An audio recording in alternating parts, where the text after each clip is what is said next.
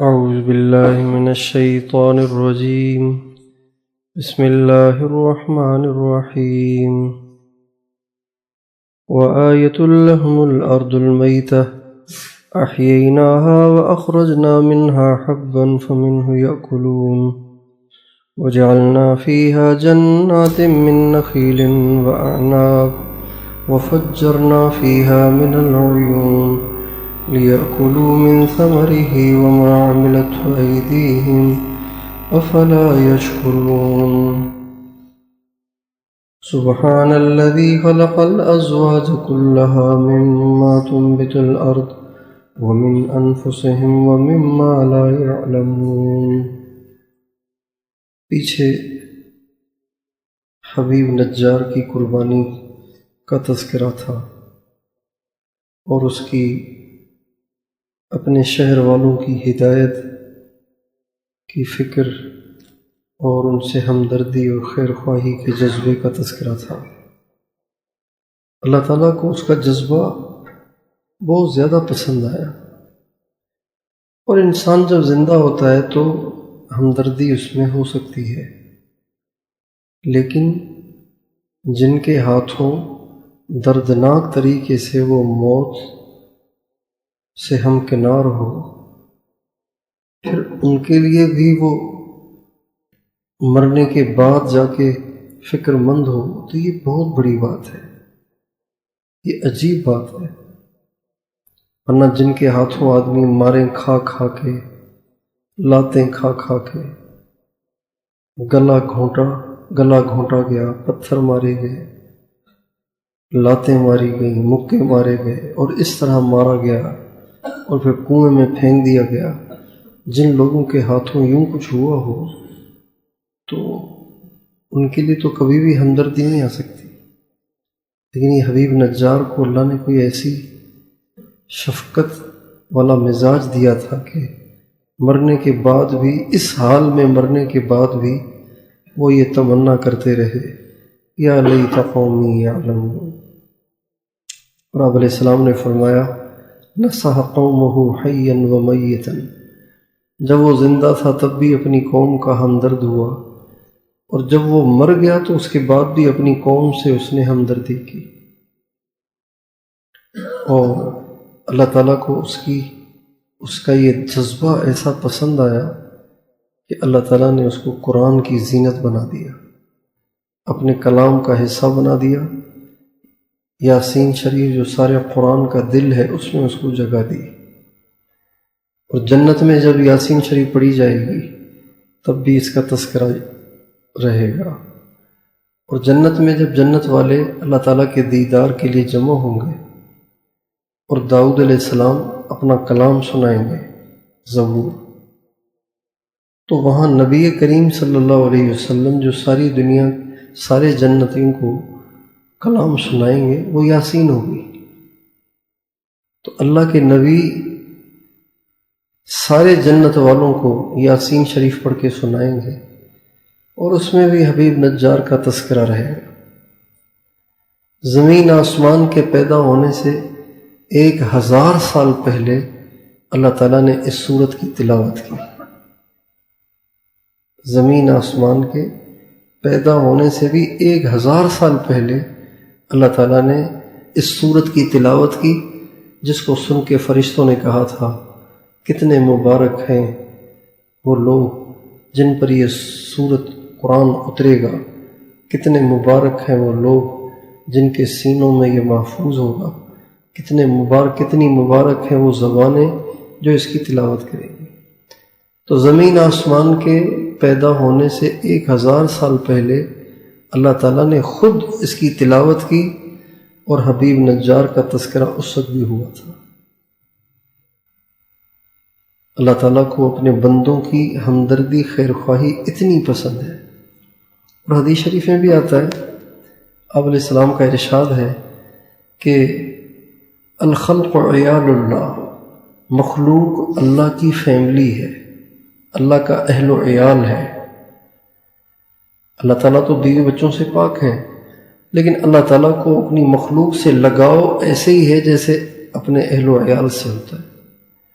پھر فرمایا فأحب الخلق إلى الله من احسن الى عیالہ، اللہ تعالیٰ کو اپنی مخلوق میں سب سے اچھا وہ لگتا ہے، سب سے پسند وہ ہے کہ جو اس کی مخلوق کے ساتھ اچھا سلوک کرے۔ یہ ساری باتیں اللہ تعالیٰ نے ہمیں بتائی ہیں۔ اب یہ جو اللہ تعالیٰ نے بتایا ہے کہ اس نے جنت میں جانے کے بعد بھی کہا یا لیت قومی یعلمون بما غفر لی ربی وجعلنی من المکرمین، بتائیے یہ ہمیں بتانے سے اس کے سوا کیا مقصود ہو سکتا ہے کہ ہمیں بھی اپنے اندر یہ جذبات رکھنے چاہیے، ہمیں بھی سب کا بھلا چاہنا چاہیے، اور ہمیں بھی انسانوں کی ہدایت کی فکر ہونی چاہیے۔ اس کے علاوہ اور کیا مقصد ہو سکتا ہے؟ بھئی اس میں نہ جنت کی ترغیب ہے، نہ جہنم کی ترغیب ہے، نہ جہنم کی ترہیب ہے، نہ اس میں کوئی حرام حلال کا مسئلہ بتایا گیا ہے۔ حبیب نجار نے کہا تھا یا لیت قومی یعلمون، اللہ ہمیں سنا رہے ہیں۔ کیا مطلب؟ کہ جیسے اس نے ان کی ہدایت کی، اس درجے میں فکر کی، تو اے امت محمد صلی اللہ علیہ وسلم تم تو ہو ہی اس کام کے، تو تمہیں بھی یہ فکر ہونی چاہیے۔ پھر آگے اللہ تعالیٰ نے فرمایا کہ وما انزلنا علی قومہ من بعدہ، جب انہوں نے اس کو شہید کر دیا نا، پھر اس کے بعد ہم نے بھی انہیں نہیں چھوڑا۔ جب اللہ تعالیٰ کے نیک بندوں کو اذیت دی جاتی ہے نا، تو اللہ تعالیٰ بہت غصے ہوتے ہیں۔ حدیث میں آتا ہے من عادی لی ولیا فقد آذنتہ بالحرب، جو کسی میرے نیک بندے سے دشمنی کرے گا میرا اس سے اعلان جنگ ہے۔ اور یہ بھی حدیث قدسی میں آتا ہے کہ میں اپنے دوستوں کے معاملے میں بھوکے شیر کی طرح سے غضبناک ہو جاتا ہوں۔ میں اپنے دوستوں کے بارے میں، بولیے، شیر اگر بھوکا ہو اور پھر اس کے سامنے کوئی آئے تو وہ اس کا کیا حشر کرتا ہے؟ چیر پھاڑ دیتا ہے۔ تو فرمایا میں اپنے دوستوں کے بارے میں بھوکے شیر سے زیادہ غضبناک ہوتا ہوں۔ بھوکے شیر یا جنگلی شیر حدیث قدسی ہے۔ اس لیے اللہ والوں کو کبھی نہیں ستانا چاہیے، نیک لوگوں کو کبھی نہیں ستانا چاہیے، مخلص بے غرض لوگوں کو کبھی نہیں ستانا چاہیے، اللہ تعالیٰ کا عذاب آ جاتا ہے۔ لوگ پاکستان کے حالات کے خراب ہونے کی مختلف وجوہات بتاتے ہیں، لیکن صحیح بات یہ ہے کہ پاکستان کے حالات اور پاکستان کے تنزل کی سب سے بڑی وجہ یہاں اہل اللہ اور علماء کی خون ریزی ہے۔ یہاں اللہ والوں کی جان اور ان کا خون محفوظ نہیں ہے۔ ایک دوسرے کے پیچھے علماء یہاں شہید ہوئے ہیں۔ مولانا یوسف لدھیانوی صاحب شہید ہوئے، مفتی نظام الدین شامزی صاحب شہید ہوئے، مفتی عتیق الرحمن صاحب شہید ہوئے، اور بنوری ٹاؤن کے بڑے بڑے حضرات شہید ہوئے، مفتی تقی عثمانی صاحب بے ضرر آدمی، کتنی دفعہ ان پہ قاتلانہ حملہ ہوا، کرنے والوں نے تو کر دیا شہید، تو اللہ نے ان کو بچایا۔ اب بھی روزانہ ہو رہے ہیں، ابھی حقانیہ میں، بلوچستان میں، کوہاٹ میں روزانہ یہ واقعات پیش آ رہے ہیں، جہاں اللہ کے نیک بندوں کا خون بہے، وہ قوم کبھی پنپ نہیں سکتی، وہ ملک کبھی پنپ نہیں سکتا۔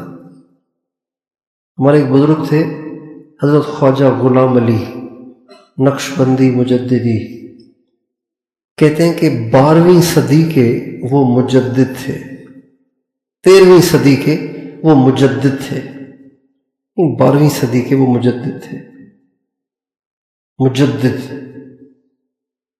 اتنے بڑے آدمی۔ وہ فرماتے تھے کہ ان کے جو شیخ تھے نا، ان کا نام تھا مرزا مظہر جان جانان رحمۃ اللہ علیہ۔ وہ فرماتے تھے کہ میرا دل بہت کرتا ہے کہ میں شہادت کی دعا کروں، لیکن میرے شیخ شہادت کی تمنا کرتے تھے، اللہ تعالیٰ نے ان کو شہادت دے دی، لیکن اس کے خمیازے میں اس علاقے میں ایسی قحط سالی پڑی کہ ہزاروں لوگ مر گئے، ہزاروں لوگ بڑے دردناک طریقے سے مرے، اس لیے کہ ان کو شہید کیا گیا۔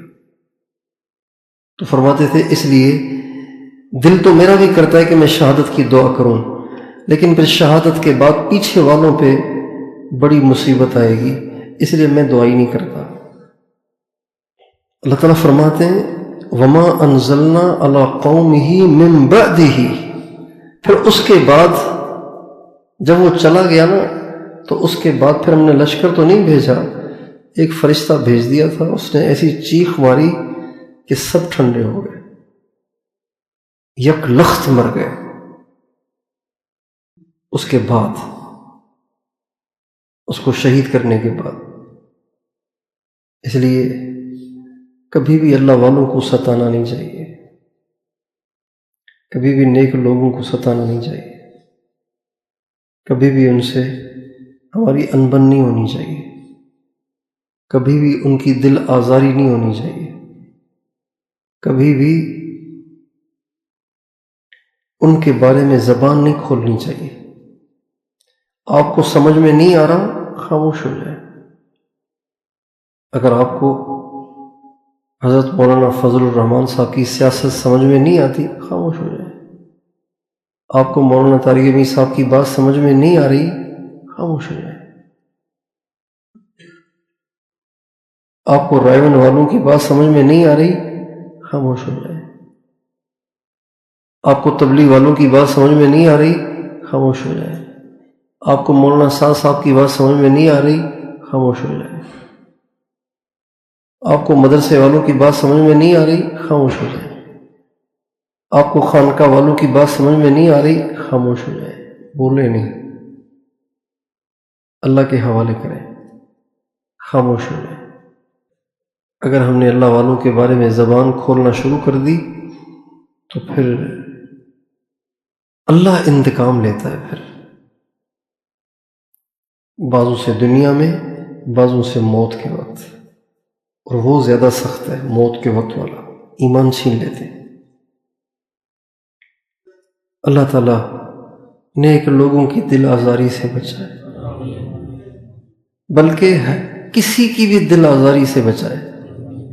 دل آزاری تو کتے کی بھی نہیں کرنی چاہیے، کسی جانور کی بھی نہیں کرنی چاہیے دل آزاری، جانوروں کی بھی بد دعائیں لگتی ہیں۔ کتابوں میں واقعہ لکھا ہے، بہت عرصہ میں نے پہلے پڑھا، ایک آدمی نے ایک سانپ کے گرد آگ جلا لی، اس سانپ بیچ میں پھنس گیا۔ آگ کے ذریعے سے کسی مخلوق کو عذاب دینا حرام ہے، اس لیے کہ آگ سے عذاب دینا صرف اللہ کا حق ہے، بس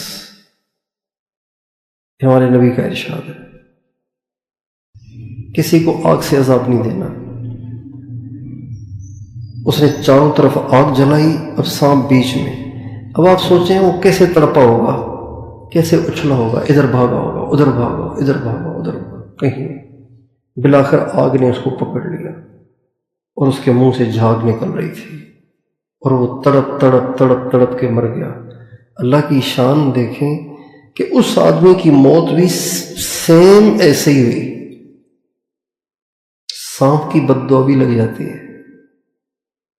آگے اللہ تعالیٰ افسوس کے انداز میں فرماتے ہیں، ہائے میرے بندوں پہ افسوس ہے، جو نبی بھیجتا ہوں اس کا مذاق اڑاتے ہیں، دیکھتے نہیں ہیں کہ ان سے پہلے کتنے لوگ ہلاک ہوئے جن کو ہم نے ہلاک کیا، اب وہ واپس نہیں آئیں گے، ان سب کو قیامت کے دن ہم جمع کریں گے۔ اب یہ سارا جھگڑا اس بات کا تھا کہ انبیاء کہتے تھے قیامت آئے گی، وہ کہتے تھے نہیں، کہتے تھے اللہ ایک ہے، وہ کہتے ہیں بت بھی ہے۔ جھگڑا سارا یہ تھا۔ اب اللہ تعالیٰ اپنے بندوں کو دلائل کے ذریعے سے اپنی توحید اور قیامت کے ہونے کو ثابت کرنے کے لیے دلائل دے رہے ہیں۔ اللہ تعالیٰ کی ذات اتنی بڑی ہے کہ اس کو دلائل نہیں دینے چاہیے، اس کو آرڈر دینا چاہیے، یوں کرو یوں مت کرو۔ لیکن اللہ تعالیٰ ہمیں یہ سبق دیتے ہیں کہ جب میں اتنا بڑا ہو کر آرڈر نہیں دیتا، قائل کرتا ہوں، ذہن سازی کرتا ہوں، مطمئن کرتا ہوں، تو تمہیں بھی مطمئن کرنا چاہیے۔ نہیں بس میں نے کہہ دیا ہے، ایسے نہیں کرنا چاہیے، سمجھانا چاہیے، مطمئن کرنا چاہیے۔ حضرت ابو بکر صدیق رضی اللہ تعالیٰ عنہ کے ساتھ سفر میں ایک شخص تھے، ان کا نام تھا رافع ابن عمیرہ الطائی، ایک شخص تھے، سفر میں ساتھ تھے۔ تو وہ حضرت ابو بکر صدیق سے بہت پیار کرتے تھے، خدمت کرتے تھے سفر میں۔ جب جدا ہوئے نا تو حضرت ابو بکر صدیق سے انہوں نے کہا حضرت کوئی نصیحت کر دیجئے، جدائی کا وقت ہے۔ فرمایا میری نصیحت یہ ہے کہ لا تأمرن ولو علی اثنین، کبھی بھی امیر نہ بننا، چاہے دو کا بھی امیر بننا پڑے، امیر نہ بننا۔ مامور ٹھیک ہے، امیر کی بڑی ذمہ داری ہوتی ہے۔ غریب بہت اچھا۔ کچھ عرصے کے بعد آپ علیہ السلام کا انتقال ہوا اور حضرت ابو بکر صدیق خلیفہ بنے۔ رافع بن عمیرہ الطائی نے سنا کہ حضور دنیا سے چلے گئے، ابو بکر ساری امت کے امیر بن گئے۔ کہنے لگے مجھے تو کہا کہ دو کا بھی نہیں بننا، خود ساری امت کے بن گئے۔ تو وہاں اپنے علاقے سے دور علاقہ بنو تے، وہاں سے چل کے مدینے آئے۔ کہنے لگے امیر صاحب پہچانتے ہیں مجھے؟ ہاں ہاں، سفر ساتھ ہوا ہے، نصیحت بھی یاد ہے، آپ نے مجھے کوئی نصیحت کی تھی؟ کہاں وہ بھی یاد ہے، اور آپ ساری دنیا کے امیر بن گئے، مجھے کچھ کہہ رہے ہیں اور خود کچھ کر رہے ہیں۔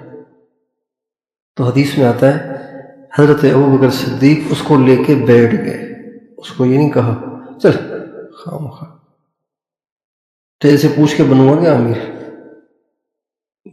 اس کو بٹھایا اور بٹھا کے فرمایا بات تو وہی ہے جو میں نے آپ سے کہی ہے، لیکن میں کیا بتاؤں آپ کو، اللہ کے نبی کے جانے کے بعد امت تقسیم ہو رہی تھی، انصار الگ جمع ہو گئے تھے، مہاجرین الگ جمع ہو گئے تھے، وہ اپنا امیر بنا رہے تھے، وہ اپنا امیر بنا رہے تھے۔ مجھے آ کے عمر نے بتایا، میں بھاگا بھاگا وہاں پہنچا انصار کے پاس، ان کی جا کے منت سماجت کی کہ ایسے نہ کرو، امیر ایک ہونا چاہیے۔ اور اللہ کے نبی نے فرمایا تھا کہ امیر ہونا چاہیے قریش میں سے۔ یہ کہہ کر میں نے ان سے بات کی، مطمئن کیا ان کو، تو انہوں نے جو سوچا ہوا تھا امیر اپنا بنانے کا، وہ پروگرام انہوں نے ملتوی کیا۔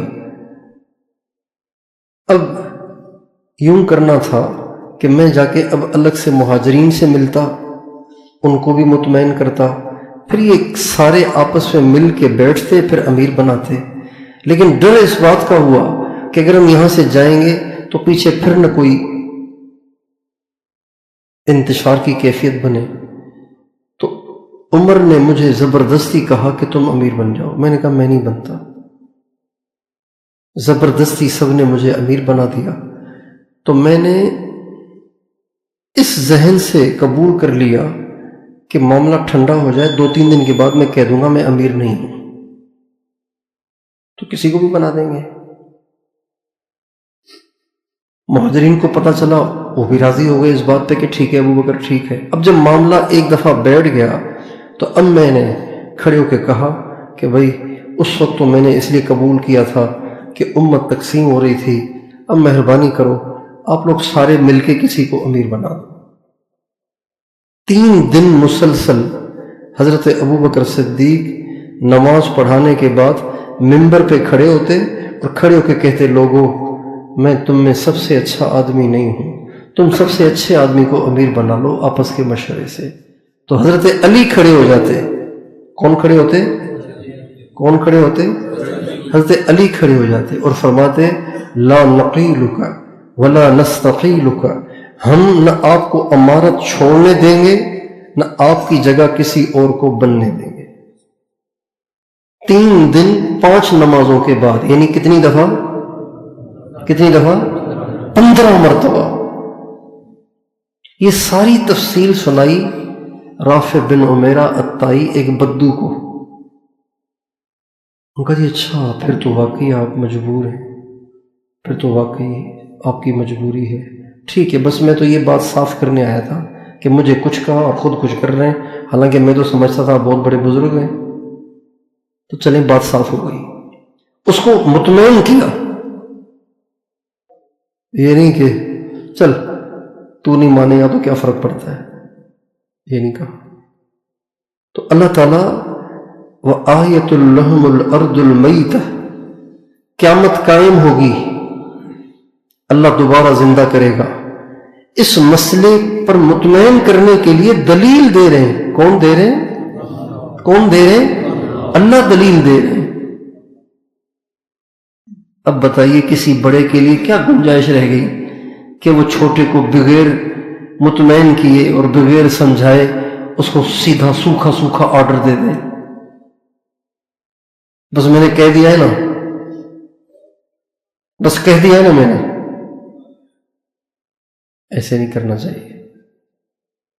وَآیَةٌ لَهُمُ الْأَرْضُ الْمَيْتَةُ، اور ان کے لیے نشانی ہے مردہ زمین، احییناها، ہم زندہ کرتے ہیں اس کو، وَأَخْرَجْنَا مِنْهَا حَبًّا، اور نکالتے ہیں اس سے غلے کو، فَمِنْهُ يَأْكُلُونَ، اور وہ غلہ یہ لوگ کھاتے ہیں، وَجَعَلْنَا فِيهَا جَنَّاتٍ مِّن نَخِيلٍ وَأَعْنَابٍ، اور ہم بناتے ہیں اس زمین میں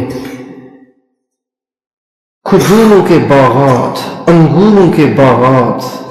کھجوروں کے باغات اس لیے فرمایا کہ کھجوریں مدینے میں ہوتی ہیں، انگور طائف میں ہوتے تھے۔ وَفَجَّرْنَا فِيهَا مِنَ الْعُيُونِ، اور طائف میں چشمے بھی ہوتے تھے۔ یہ ساری چیزیں قریب قریب تھیں، اس لیے عرب کو، قریش مکہ کو اور ان لوگوں کو یہ بات جلدی سمجھ میں آنے والی تھی۔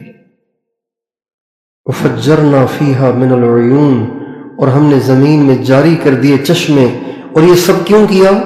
لِيَأْكُلُوا مِنْ ثَمَرِهِ، تاکہ کھائیں یہ اس کا پھل۔ وَمَا عَمِلَتْهُ أَيْدِيهِمْ، یہ چیزیں ان کے ہاتھ کی بنی ہوئی نہیں ہیں، میری بنائی ہوئی ہے۔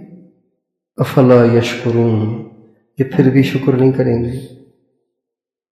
ان آیتوں میں اللہ تعالیٰ نے دلیل کی دلیل بھی دے دی، اپنے احسانات بھی جتلا دیے، اور بے وفا بندوں اور ناشکر بندوں کا شکوہ بھی کر دیا، شکوہ بھی کر دیا۔ یہ قرآن کی جامعیت ہے۔ جب زمین بالکل چٹیل میدان ہے، بارش برستی ہے، پتہ نہیں کہاں سے سبزہ آ جاتا ہے۔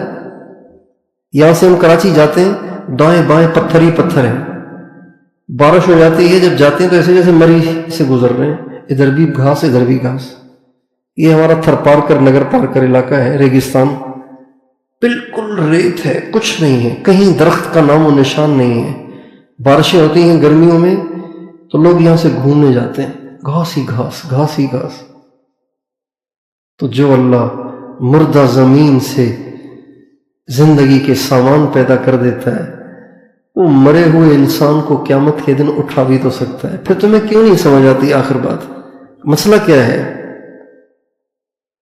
اور پھر